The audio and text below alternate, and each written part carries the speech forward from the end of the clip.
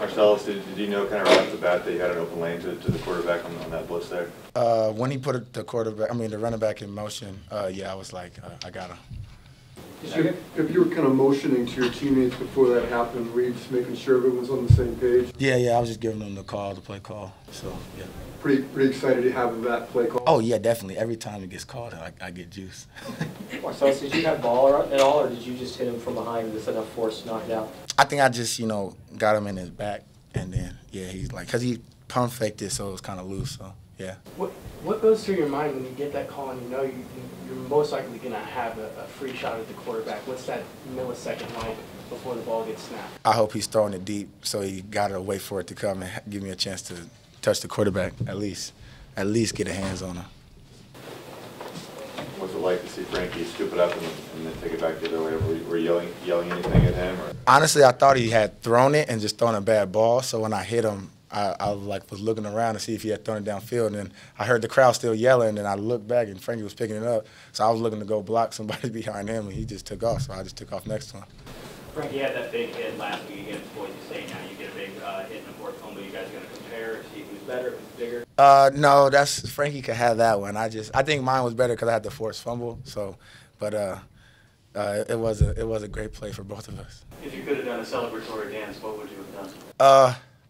I don't know, because I was too juiced just to get the sack. That was the big moment. I thought I had sacked him and he had the ball, so I would have did something then, but I didn't have nothing when he picked it up. I was just juiced that he scored. Isaac, how did you view Nate's play when he came in? He seemed to come in and really just was ball hawking. He was almost around the ball, and for him to get that shot. Yeah, I thought he did great. He stepped up when he needed to, and thought he executed great. What was the strategy coming in to deal with Brian Nall, who gave you guys some trouble last year? Just play our game. We never tailor our defense to one specific guy. We just focus on playing our game all day. And obviously, there's a couple occasions where we didn't do that, and you see what happens. But yeah, we don't game plan around one specific guy. We just play our game every day, and that's what we came I to feel do. like you made them a little one-dimensional in the first half, making them throw the ball a little more than they wanted to. Mm-hmm. Yeah, I'd say so, and that's, again, just like a result of us doing our job, taking away the run and making them, throw those play-action passes. What do you think of Nate's play today, and what would you say just about your comfort level when he's there, not 47? Absolutely comfortable with him. I totally trust him next to me, any of our guys really, and I thought he played great. Thought he came in and stepped up, like I said, when he needed to and did his job. Isaac, early on in the game, they recorded a safety, then you guys came on and you got to stop. How do you feel that effectively set the tone? Yeah, I definitely think it set the tone. That's our goal every time we go out there, get a stop or a takeaway. So just to keep that momentum swinging our way was big for us.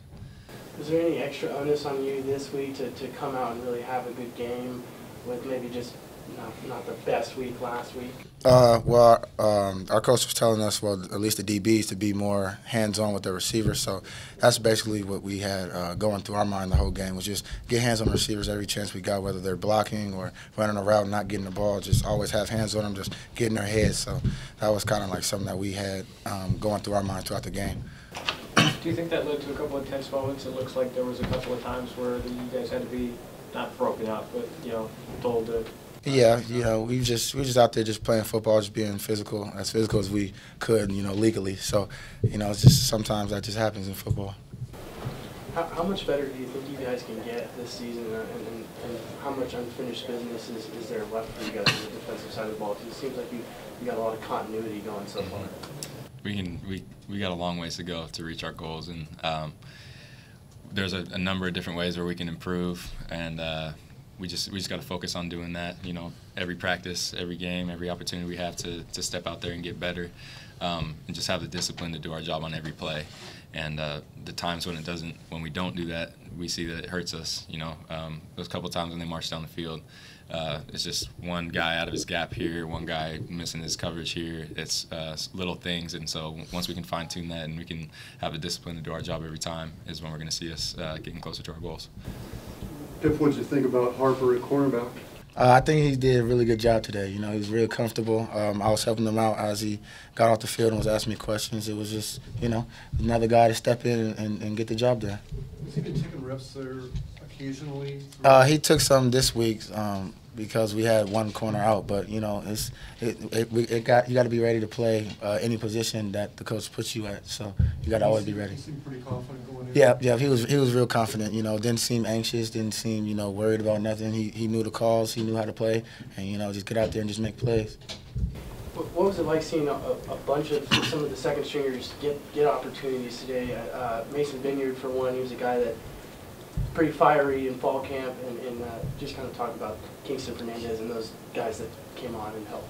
Yeah, it was cool, especially for the D-line to see those guys come in and have an impact. You know, Mason, when we have packages that feature those guys and they come in, and to see Mace get his first sack was pretty exciting. So, it fires up the whole defense whenever somebody makes a play, whenever one guy makes a play, when Pips, sack fumble and Frankie scoops it up and scores, we all feed off of that and we all build on that, and it just carries us through.